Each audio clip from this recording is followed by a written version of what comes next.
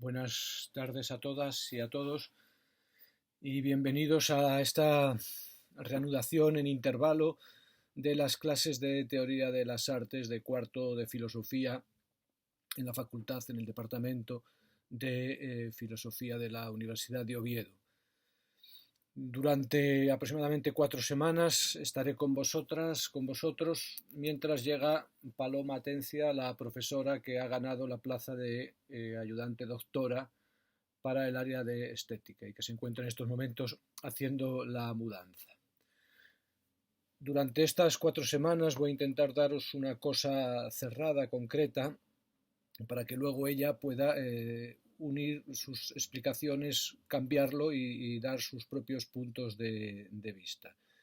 Ella está de acuerdo con este programa que empezó explicando Natalia y que continúo ahora yo. Voy a hacer una recapitulación general. Los que me habéis tenido de profesor sabéis que me gusta siempre, es muy importante tener presente el estado de las cosas, el estado de la cuestión. No se avanza más por ir aparentemente más deprisa, sino se avanza más por tener bien fijados los ejes desde donde queremos hablar.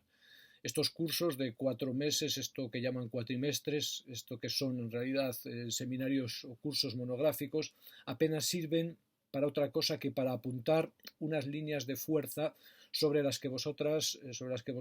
tendréis luego que ir montando vuestras propias visiones de estos territorios. Por lo tanto, no se pretende aquí dar un esquema general en el que cabría ya todo y estaría todo, aunque fuera in nuce, aunque fuera brevemente apuntado. Tampoco se pretende dar una visión panorámica del estado totalmente actual de la cuestión, sino más bien dar unos apoyos, unos puntos de vista para poder afrontar una cuestión que es tremendamente candente, altamente candente, que es la cuestión de cuál sería hoy, o cuáles podrían ser lo que nosotros denominaríamos filosofías primeras, es decir, los eidos, los puntos de vista que nos permitirían entender mejor lo filosófico en lo contemporáneo y entender desde ahí la realidad contemporánea que nosotros vivimos. En nuestra tradición, y hablamos siempre desde nuestra localización precisa del lugar que ocupa nuestro cuerpo, un cuerpo que está en estos momentos en Oviedo y además confinado, estoy confinado, todavía me queda una semana de confinamiento, esperando a ver si me han transmitido o no la COVID, un cuerpo que está ubicado en un lugar concreto, en un entorno concreto que se va ampliando hasta abarcar los entornos que la ciencia nos dice que son los más amplios, ¿no? El universo en expansión que suministra la materialidad, la somaticidad que somos. Hablar entonces nuestro es un hablar siempre localizado y por lo tanto tiene que ser deconstruido, tiene que ser ya de alguna manera relativizado por este mismo hecho. Además, el que os habla, como sabéis, es un cuerpo determinado, con una trayectoria personal intelectual determinada, un cuerpo con un género, sexo determinado más o menos, etcétera, una posición social, etcétera. Todo esto tiene que estar presente en vuestras reflexiones porque vosotros, en la medida que absorbéis esto, si queréis, lo tenéis que ir moviendo, ¿no?, hacia vuestras propias posiciones, viendo también lo que comporta la posición mía. La cuestión, entonces, os decía, es plantearse dentro del estudio de la filosofía, dentro de lo que es la carrera de filosofía, cuál sería hoy la mirada filosófica más potente, más abarcadora, más, diríamos, realizativa. Nosotros sabemos, por lo que estudiamos de nuestra tradición, que la mirada tradicional fue la mirada, llamémosle, ontológico-metafísica, que fue sustituida a partir del siglo XVIII por la mirada epistemológico-noseológica. Hay gente que dice que a partir del siglo XX dominan otros tipos de mirada, efectivamente, miradas de corte ético-político, y sin embargo podemos sostener con fuerza que la ontología dominante en la actualidad es una ontología no metafísica, no epistemológica, no antropológica o ético-política, sino una ontología de corte estético. probablemente lo que vamos entendiendo, y esto siempre es una determinación, lo que vamos entendiendo por estética hacia la contemporaneidad se corresponde más profundamente, por decirlo así, que la ontología, que la epistemología, que la ética o que la política, con la forma que tenemos de operar sobre lo que hay, con lo que podemos denominar ahora desde nosotros la sociedad postindustrial, el capitalismo tardío, como queramos denominarlo, los procesos de manejo, las economías de lo real, del pensamiento occidental, abren y a la vez sostienen, definen ontologías generales de corte estético en el sentido en el que aquí lo vamos a entender y lo iréis viendo. La primera sesión es un enlace con lo que os ha dicho Natalia, que os lo explicó habiendo hablado también conmigo de la cuestión, porque yo supuse que iba a haber probablemente un problema de acoplamiento en la llegada de la profesora nueva, precisamente porque tengo experiencia en los procesos administrativos de la universidad. Y entonces tomamos el asunto ya desde el principio, por lo tanto, estamos en una continuidad. Enlazamos con Natalia, que os explicó hasta la constitución de la teoría de las artes en Grecia y os estuvisteis en el análisis de una de las obras capitales para mí del pensamiento occidental, una obra minusvalorada probablemente porque lo estético ha sido minusvalorado en cuanto a ontología, que es el Ión de Platón, una obra, como os digo, capital, porque en ella se produce actuarialmente, se produce como en un acta notarial la exclusión de lo estético del ámbito de la sensibilidad y de la imaginación, diríamos, de la formación del cuerpo del ciudadano, privándole de estatuto epistémico. Esto es la fuerza que tiene el Ión, y esta decisión de privar a las artes, fundamentalmente a las artes visuales, la pintura, la escultura, aunque no solo la arquitectura, de un estatuto potente dentro de la epistemología y de la ontología, solo se ha revertido, después de un largo proceso que también es una interpretación procesual, solo se ha revertido a finales del siglo XIX, es decir, en la época de la industrialización tardía. Podemos decir, por lo tanto, que en Occidente los regímenes políticos, las formas de vida y las economías, las ideologías construidas a partir de un fundamento de un capitalismo agrario basado en la tierra, basado en la solidez, han excluido lo estético como punto de vista determinante y lo han considerado o bien un epifenómeno o bien algo subordinado a ámbitos de significación mayor. Este movimiento de cierre, de exclusión, se empieza a quebrar en el siglo XIX a finales, naturalmente ligado, no causado, sino en reciprocidad con la expansión de lo industrial, y este fenómeno que se recupera el carácter epistémico de lo estético, la potencia de la sensibilidad y de la imaginación, también de la voluntad, como elementos realizativos, como elementos que tienen que decir sobre algo sobre lo que es real y lo que no es real, y por lo tanto trazan el ámbito en el que nos movemos y el ámbito en el que somos. Esto de alguna manera se acelera y se nos pone como cuestión contemporánea en las sociedades postindustriales, donde de alguna manera la base, por decirlo así, el capital no es ya el capital agrario, no es tampoco el capital industrial o de alguna manera lo que tiene que ver con el capital industrial, sino es más bien un capital de carácter financiero que tiene entre sus variantes lo que se llama la economía del conocimiento, y que es un capital de una índole diferente del capital industrial y del capital agrario. De algún modo el capital agrario y el capital industrial están conectados en una forma de acceso intuitiva, en una forma de acceso realista, mostrenca, como se decía antiguamente, mientras que el capitalismo financiero, como sucede con la mecánica cuántica y con tantas cosas, es anti-intuitivo. Es decir, no se rige por la cuenta de la vieja, no se rige por unas analogías simples. Este ámbito en el que nos movemos, como os digo, es lo que nos obliga a reconsiderar toda la trayectoria que nos ha traído hasta aquí y el que nos sirve de marco de la asignatura, viendo fundamentalmente como hilo conductor el estatuto de las diferentes artes desde el intento de construcción de un campo artístico a partir de unos criterios de definición. Veremos aquí estas profundas transformaciones, estas profundas torsiones, y sobre todo veremos, o nos intentaremos situar en la actualidad, en lo que significa esto, en lo que nos convoca esto dentro de la actualidad. En primer lugar, para enlazar ya con lo que decía Natalia y de algún modo ya también empezar nuestro camino, nos tenemos que preguntar nosotros cuestiones de ontología. Ya sabéis que yo me dedico a la ontología o provengo de la ontología, de la metafísica, y ahí me quiero situar siempre. Considero que es un buen punto de partida de cualquier reflexión. La cuestión primera, entonces, desde un punto de vista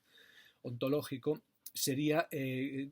determinar lo artístico y sobre todo determinar el acceso a lo artístico, porque a lo artístico no se puede acceder desde la metafísica directamente preguntando qué es lo artístico. Esta forma de acceso es una forma que hoy ya no nos es permitida, porque hoy sabemos que los territorios no se nos dan como esencias que admiten o convocan a la pregunta que lo recupera como tales territorios. Estas visiones estáticas, estas visiones pasadas ya no están hoy vigentes, ya no son hoy posibles directamente. La pregunta por el qué es una pregunta posterior y puede ser legítimamente formulada a una pregunta por el cómo. ¿Cómo acceder a lo artístico? ¿Cómo determinar algo que no sabemos lo que es, por decirlo así, y que no sabemos siquiera si es de alguna manera o si debemos acceder a ello como algo que tiene que ser de alguna manera? ¿Cómo acceder a lo artístico? La primera manera de acceder a lo artístico, que es deudora de la ontología tradicional, es una manera de acceder lógica, que se contrapone a una manera posterior que ya va más ligada a lo contemporáneo, que es una forma histórica. Entonces, en la pregunta ¿cómo acceder a lo artístico?, primero habría que dilucidar la cuestión de la relación entre la lógica, entre lo sistemático, entre lo compuesto, entre lo sincronizado, entre lo colectado, o lo que sistematiza, lo que sintetiza, lo que colecta, y la historia. La cuestión entonces primera dentro de cómo acceder a lo artístico es la cuestión, una reflexión sobre el alcance de la lógica, de lo sistemático y el alcance de lo histórico. En primer lugar, habría que preguntarse, nos tendríamos que preguntar por la lógica, por qué significa o qué estructura tiene o cómo se nos da la lógica misma, que es en el fondo lo que nosotros pensamos como característica del pensamiento y de la filosofía occidental. La filosofía occidental,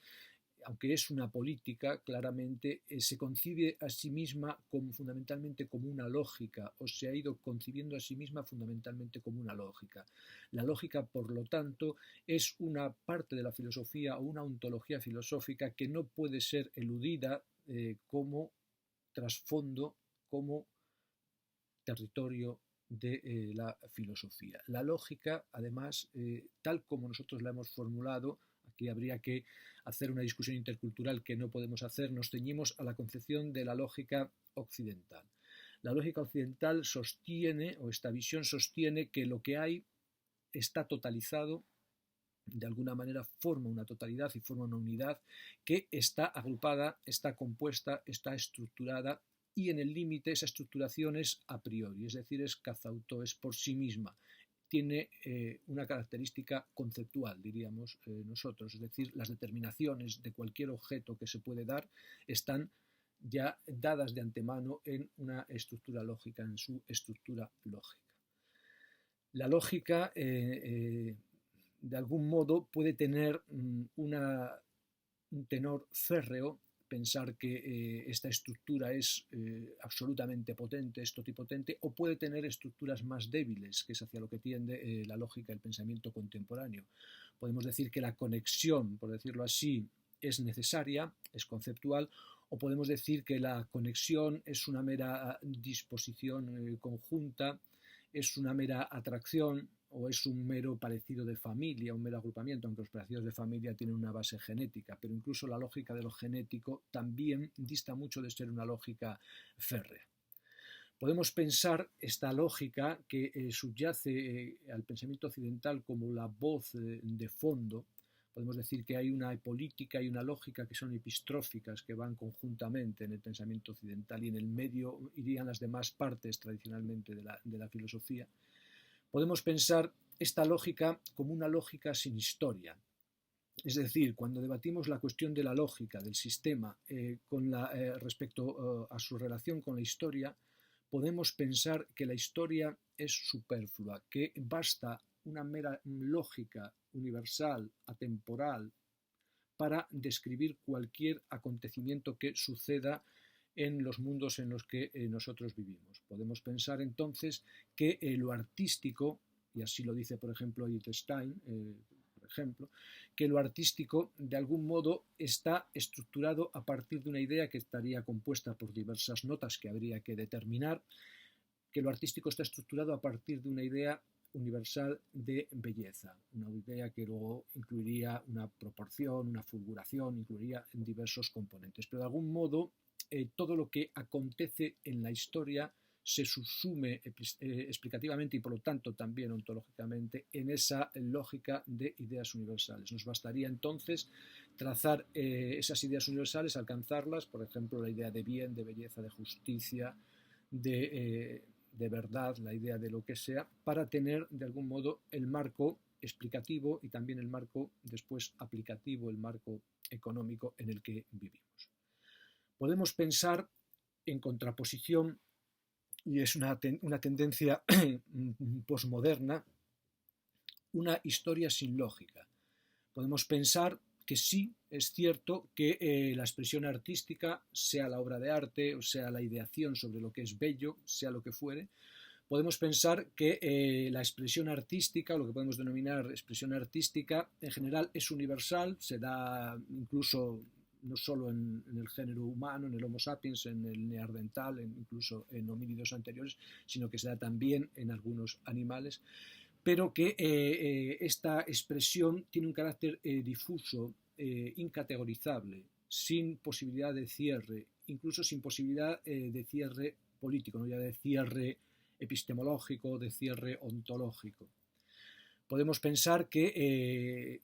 en lo que se produce en la historia, entendiendo la historia como lo que acontece sin más, sin un sentido, sin una trabazón, podemos pensar que la historia es un territorio donde los diversos tipos de expresiones se acumulan sin esta posibilidad de cierre y se acumulan a modo de, diríamos, existenciarios o historiciarios, diríamos, enterramientos, pinturas, templos, danzas,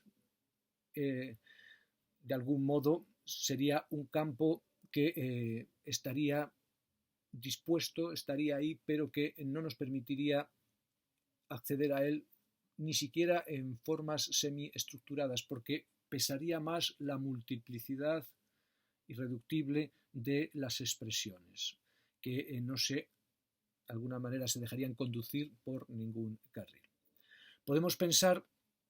que hay una historia también parcialmente trabada, es decir, que sin formar la historia un sistema, sin devolvernos una lógica estricta, una lógica que de algún modo se recuperaría en la historia como un cumplimiento y por lo tanto no sería una lógica puntual, sino una lógica recuperada como en sentido hegeliano, podemos pensar sin llegar a esta expresión de una lógica que coincide con la historia y que se realiza en la historia, podemos pensar también en una historia parcialmente trabada, donde de algún modo sí podemos realizar agrupaciones, por ejemplo, por épocas, por estilos o por grandes descriptores, por formas de expresión que priman, por épocas donde dominan artes visuales, donde dominan artes de la palabra, donde dominan determinadas formas de expresión sobre otras. Pero, de algún modo, esta parcialidad en la trabazón no nos permitiría recuperar una lógica completa, sino que de algún modo nos quedaría una lógica parcial. Esto es probablemente el lugar donde hoy quizá nos situaríamos, y esta parcial trabazón de algún modo también se aplicaría sobre el concepto de historia, porque no sería ya solo lo artístico lo que está parcialmente trabado y en parte destrabado, sino el propio concepto de historia, como todo concepto, sufre también esta trabazón general, y el propio concepto historia tendría zonas de trabazón y zonas de alguna manera sin lógica, zonas, puntos de algún modo irreductibles a la conceptualización. Esto nos permitiría, por ejemplo, utilizar categorías como las de progreso o como las de despliegue, circunscribiéndolas epocalmente e impidiendo que fueran un discurso general que arrastrara toda la historia y la convirtiera también en otra especie de lógica. Habría progresos parciales, pero esos progresos no tendrían análogicamente la capacidad de hacer progresiva la totalidad o la totalización posible del territorio del que hablamos. Por lo tanto, baste esto como una serie de posibilidades, no vamos a trabajarlas, tampoco simplemente las apuntamos, habría otras, simplemente para decir que hay múltiples maneras de plantear la campalidad de lo artístico, incluso maneras que, como os digo, de algún modo destruyen la propia posibilidad del discurso. Nosotros, o yo, parto de la idea entonces de que lo artístico, lo estético, como queramos denominarlo, eso iremos viendo, es un territorio parcialmente ordenado y permite órdenes parciales. Estos órdenes, de algún modo, no son primariamente ontológicos, no son primariamente epistemológicos, es decir, no son primariamente lógicos. No es que de algún modo intentemos salvar una lógica que fue universal y que ahora se contenta con un territorio local. Es decir, la lógica que articula esto, que compone o que aglutina o que atrae o que dispone estos territorios no es la antigua lógica omnipotente del logos clásico donde pensamiento, discurso e idea se componían. No es esta lógica, sino es ya otro tipo de lógica que habría que ver. Pero, de algún modo, sí podemos sostener que el ámbito artístico, el territorio artístico, el acontecimiento artístico nos suministra territorios parcialmente ordenados. Pero, como os digo, no desde una lógica omnipotente, ni desde una lógica menor que sería esa omnipotencia en píldoras, sino fundamentalmente desde un proyecto político, desde la acción. Es decir, lo que ordena no es lo previo, sino lo que ordena es el proyecto político, el quehacer, que naturalmente tiene una faceta de proyecto EMIC y una faceta de proyecto ETIC. Una cosa es lo que yo digo, lo que podemos decir que es un proyecto político, y otra lo que podríamos recuperar desde otros puntos de vista como proyecto político. Siempre es todo esto en una dinámica, porque el concepto de territorio es siempre dialéctico, como toda determinación contemporánea. Lo artístico, entonces, es un territorio parcialmente ordenado desde un proyecto político, en el que, entonces, un proyecto de formas de vida, un proyecto de economía, de formas de manejo de lo real, articulado a partir de una ciudad que a su vez se articula articulándolo. Desde este proyecto político acontece lo ontológico y acontece lo epistemológico, e incluso acontece el propio concepto de orden, porque el concepto de orden no es una categoría, por decirlo así, no pertenece al ámbito solamente ontológico, sino que es un elemento metaontológico, es una metacategoría, es decir, es una categoría que puede ser común a varias ontologías rivales y dar ónticas, dar elementos, cosas, elementos tangibles muy diversos. El orden, entonces, no preexiste a cualquier determinación de lo real, a cualquier forma de incorporar, a cualquier forma de economizar, sino que el orden acontece. El orden acontece. Es cierto que este acontecimiento del orden, que es una de las bases de la filosofía occidental en toda su amplitud ontológico-estética, política, es cierto que este acontecimiento no es un acontecimiento arbitrario, porque este orden que acontece y que está en la base de nuestras ontologías, de nuestras epistemologías, etcétera, y sobre todo de la estética, este orden es supervivencial y por lo tanto es un orden que es tolerado por el haber, es decir, es una categorización, una metacategorización que, sin ser analógica, es decir, sin devolvernos la totalidad, renunciando a la idea de totalidad, no aspirando a la idea de totalidad, nos permite de alguna manera sobrevivir porque es tolerado porque de algún modo se acomoda, pero no de forma analógica, es decir, no es el eje de lo real. Nosotros con estas categorías, con estas metacategorías, no alcanzamos la estructuración de la totalidad, porque probablemente la totalidad es ella misma una metacategoría dentro de nuestro territorio. Esto es un elemento muy importante, porque lo que recuperemos nosotros entonces como características de lo estético o de lo artístico no son recuperaciones previas al mundo desde el cual se recuperan. Aunque el carácter supervivencial, el carácter tolerado de esta recuperación hace que no sean verdaderamente arbitrarias, que no valga cualquier cosa, pero que valga no se puede proyectar analógicamente como una forma de totalización. Esto es un elemento muy importante porque entonces nosotros estamos desplazando el eje de lo lógico y sus categorizaciones, como por ejemplo la categoría de orden u otras categorías ligadas como la categoría de poder, de unidad, etcétera, lo estamos sacando de un plano fondal, de un plano preexistencial, y lo estamos poniendo dentro de un plano de acción, de un plano político que, incluso recuperándolo, no puede retrotraerlo a un universo previo. Esto, como os digo, es muy importante porque también, a la vez que negamos esta fortaleza, también rechazamos la arbitrariedad, porque no cualquier cosa, cualquier idea, cualquier categoría, cualquier metacategoría puede ser puesta como existenciable, precisamente porque muchas no son supervivenciales, no son toleradas. Habrá que pensar qué significa esta intolerancia, pero de momento sírvanos esto como ganancia. Lo artístico, entonces, lo estético, no es, por lo tanto, un a priori ideal antropológico u ontológico, sino una ampliación, diríamos nosotros, social, comunitaria, también individual, de una posibilidad inicial que tienen determinadas estructuras de lo que hay. Digamos a nosotros las estructuras humanas, de momento nos vale eso. Lo artístico entonces no es una estructura a priori, no es una estructura independiente de la existencia, no es una estructura ni siquiera independiente de la política, sino que lo artístico es una ampliación de una posibilidad inicial que se convierte en posibilitación, que se convierte en determinación sobre la que se puede volcar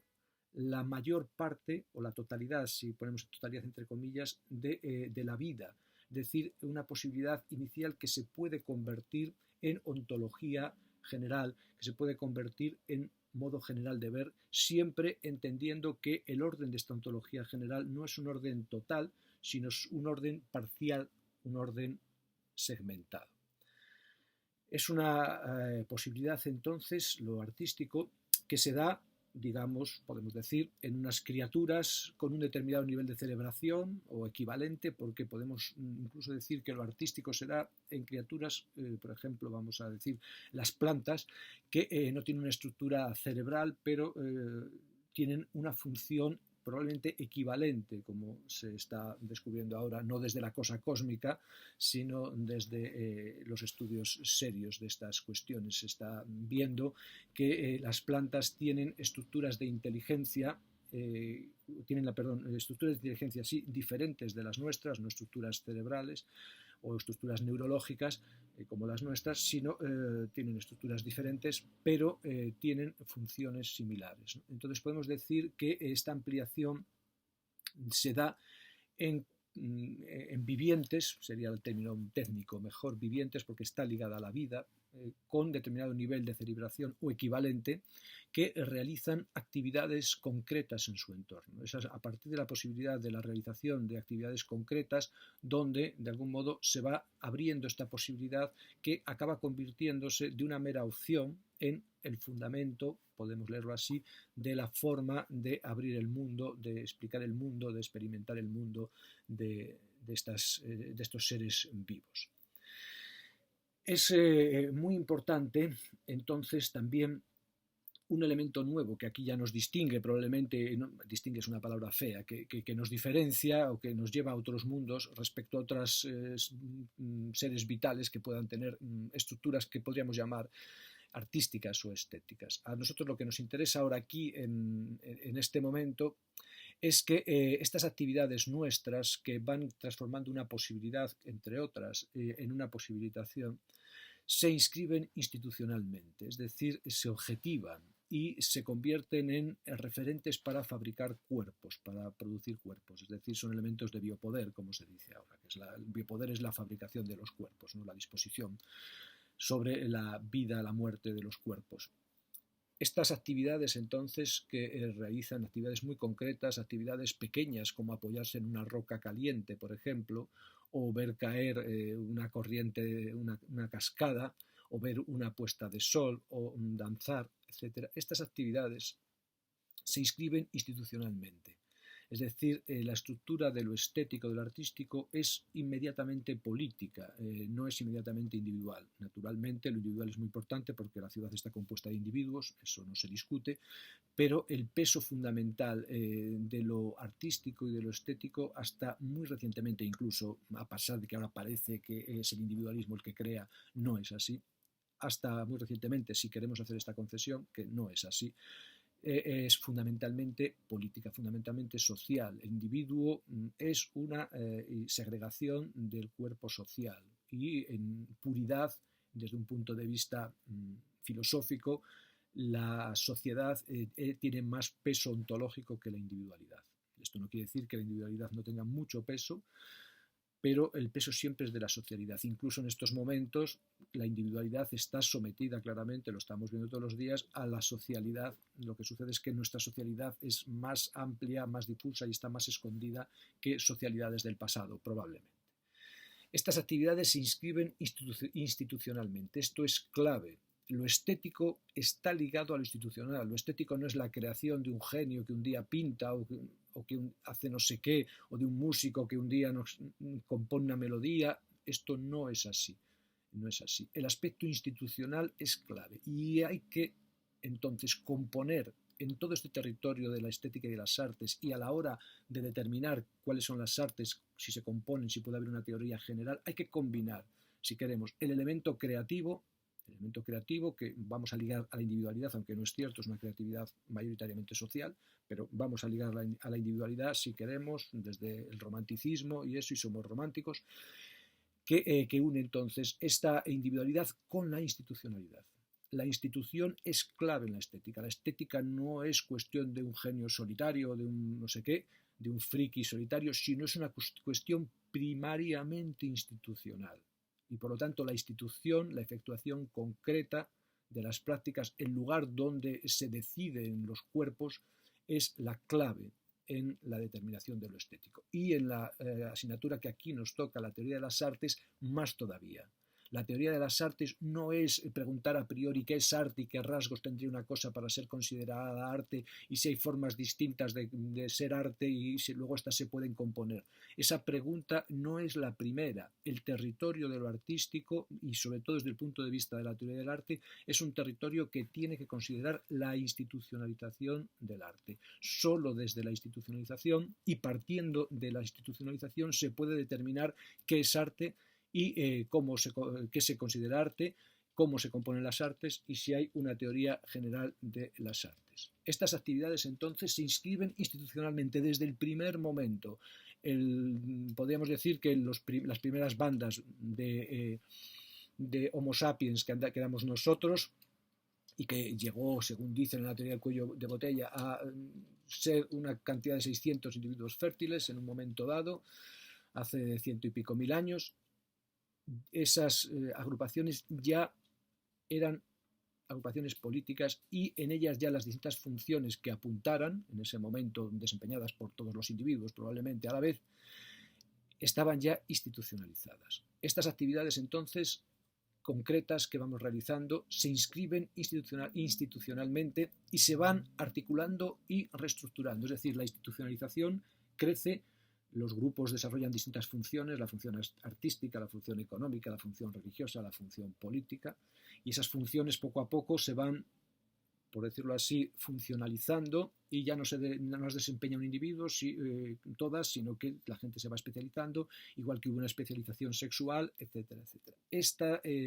institucionalización va ampliando y va rearticulando el territorio. A medida que las estructuras se van ampliando, se reconfiguran y incluso se reconfigura su propia definición. Es decir, no hay un desarrollo lógico, sino un desarrollo histórico. La lógica se desarrolla dentro de la historia y con este nivel, además, de no un proyecto unitario, sino con proyectos de alguna manera segmentados, ¿no? Hay distintas institucionalizaciones, distintas formas de articular. Nosotros lo vemos, por ejemplo, cuando comparamos la noción de artes occidentales con artes orientales en general, el arte china y el arte nuestra, por ejemplo, el arte europea, vemos que la institucionalización es diferente y por lo tanto la noción de arte y la noción de qué es arte y cómo se compone también, que sean parcialmente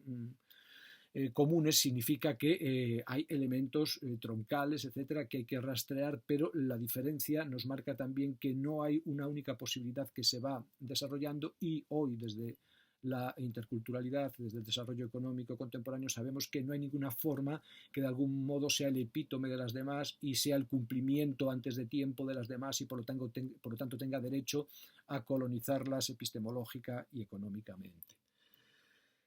Entonces, estas actividades se inscriben institucionalmente y se van ampliando y rearticulando, no formando un continuo, pero tampoco en la mera discontinuidad. Esta posibilidad inicial, que se va convirtiendo en posibilitación, que se va institucionalizando desde el principio y que se va ampliando y rearticulando, no se refiere, no está orientada ni por una idea de belleza, que sería para muchos el ámbito donde se da lo estético y lo artístico, la idea de belleza, como veremos y como muestra Kristenner una y otra vez, y no lo muestra él, es un tópico ya, la idea de belleza como idea independiente es muy tardía. La idea de belleza en el mundo griego, lo habréis visto con Natalia, está totalmente subordinada a la idea de bien. Nosotros lo repasaremos. Y la idea de belleza como idea autónoma al mismo nivel que la idea de bien o que la idea de justicia o que la idea de verdad, solo tiene lugar, solo gana su posición a finales del siglo XIX. Y justo la gana cuando al día siguiente empieza a ser destruida como idea, ¿no? Es paradójico, ¿no? que el momento más pleno, por decirlo así, de la ideación, que es el final del siglo XIX, sea también el principio de su desmoronamiento. Pasa también como en el ámbito de la matemática, ¿no?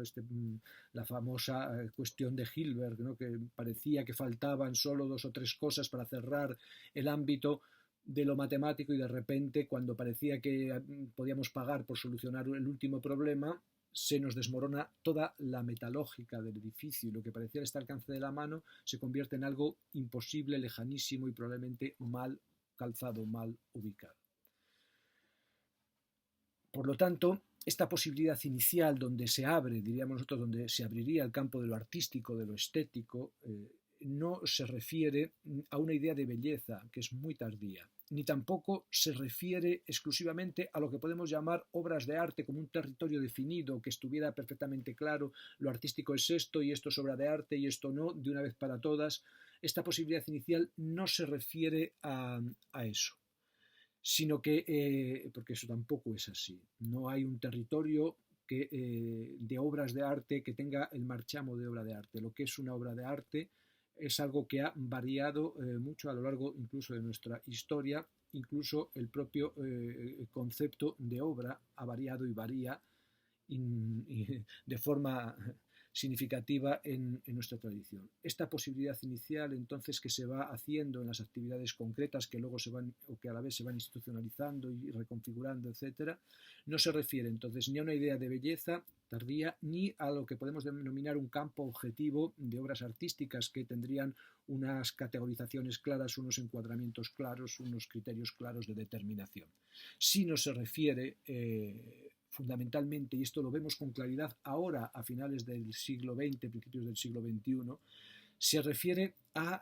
la expresión ficcional, a la expresión lúdica, a la expresión creativa, a la profundidad de la expresión experiencial, que tiene también a la vez facetas de interés, facetas de vinculación social, facetas de propiciación del alimento o lo que sea. Es decir, esta posibilidad inicial de algún modo se abre como campo de lo ficcional, como campo de lo lúdico, como campo de lo creativo, pero no como opuesto a un campo de lo serio, de lo real y de lo no creativo, sino como compuesto con ello. Porque este ámbito que se abre es un ámbito que está ligado a la vida social, a sus necesidades y a sus deseos, y fundamentalmente a la necesidad que tienen los grupos sociales con determinada inteligencia, con determinada sensibilidad, de mantenerse cohesionados. El principal nacimiento de la filosofía, lo vemos una y otra vez, es un nacimiento político en Grecia, donde de algún modo lo que se intenta es evitar la guerra civil en las comunidades mediante el desempate en un mundo objetivo que está por encima de las querellas. Este es el certificado de nacimiento de la filosofía, entonces, donde la ontología está al servicio de la política, como luego se muestra muy bien en las épocas de crisis, por ejemplo, en la filosofía helenística, en el epicureísmo, donde claramente la canónica, la lógica y la física están al servicio de la ética, o diríamos nosotros ampliando, de la ética política. Es decir, los elementos de interés, igual que los elementos de institucionalización, los elementos de traer alimento, los elementos de mantenernos cohesionados como grupo social están conectados y forman parte del territorio inicial de esta creatividad, de esta ficcionalidad, de este elemento lúdico, de este elemento experiencial. Esto es muy importante. La estética, el arte, no está ligado a no sé qué idea de belleza preexistente o de algún modo envolvente, no está ligado directamente a lo que producimos prima facie como obras de arte, como objetos artísticos, sino que está ligada a esta expresión lúdico-ficcional creativa en interés del grupo social que se mantiene con ella cohesionado y de algún modo también se amplía su territorio de vida mental y física, y en ese territorio permite de algún modo drenar los conflictos, permite de algún modo expresar las disidencias, permite de algún modo modular las preocupaciones y las inquietudes, de forma que eso no solo no perjudique la vida social, sino que la alimente y la fomente. Este elemento es fundamental y de algún modo nos muestra que toda determinación posterior de qué sea lo artístico y cuáles sean las artes tiene que ser pensado desde aquí, desde el papel que el grupo, la sociedad o la institución da a estas expresiones dentro de una visión política. Esto es fundamental. Este territorio complejo y con esta articulación tan importante en la que lo anodino de la institución, si queremos, o lo anodino del interés del comer de cada día o el no pelearnos, forman parte estructural, este territorio tiene forma de campo, por lo tanto, no es un conjunto de objetos, no es un conjunto de ideas, no es un conjunto de determinaciones, sino que tiene una estructura campal en la que la campalidad no está ordenada, de nuevo, con una lógica tal, sino que admite lógicas parciales dentro de esta envolvente política institucional a la que está profundamente ligada. Este territorio, entonces, que tiene forma de campo, de territorio, ¿no?, abarca elementos y procesos de diversa índole, de muy diversa índole, que estarán parcialmente relacionados, naturalmente en general está todo relacionado porque todo viene, al parecer, de la gran expansión, pero tendrá estructuras que estén muy cercanas y que de algún modo funcionen como grumos, como agrupaciones que permiten un recorte y permiten que sean tratadas como algo exento, como algo independiente, y otras que están por ahí flotando y que no permiten su sistematización de una forma operativa, por decirlo así. Es un territorio que tiene forma de campo y abarca elementos y procesos de diversa índole. Abarca los rituales. El rito es un elemento fundamental en lo estético y en el rito se une la creatividad y lo político. Nosotros desdeñamos los ritos, o hemos desdeñado los ritos en nombre de la creatividad, pero los ritos, igual que lo jurídico, es el campo de prueba de lo real. Los ritos son un elemento potentísimo de determinación de lo que se considera lo real. De hecho, cuando estudiamos historia de las religiones, vemos que las fases que llamaríamos metafísicas de las religiones, se ve tanto en las religiones, entre comillas, occidentales como en las religiones orientales, por ejemplo, en las religiones de la India, el elemento ritual, por ejemplo, en los Vedas, antecede al elemento metafísico de los Upanishad, y los elementos metafísicos solo son posibles desde un universo de ritos. Este universo de ritos es muy importante porque hay ontologías enteras que son ontologías rituales que van a tener y están teniendo una presencia muy importante en el mundo político contemporáneo. Por ejemplo, la ontología confucianista, si podemos hablar en vez de religión, de ontología confucianista, es una ontología de los ritos. Y los planteamientos contemporáneos de las filosofías chinas más del presente están recuperando esta dimensión, reactualizándola en una noción de espacio,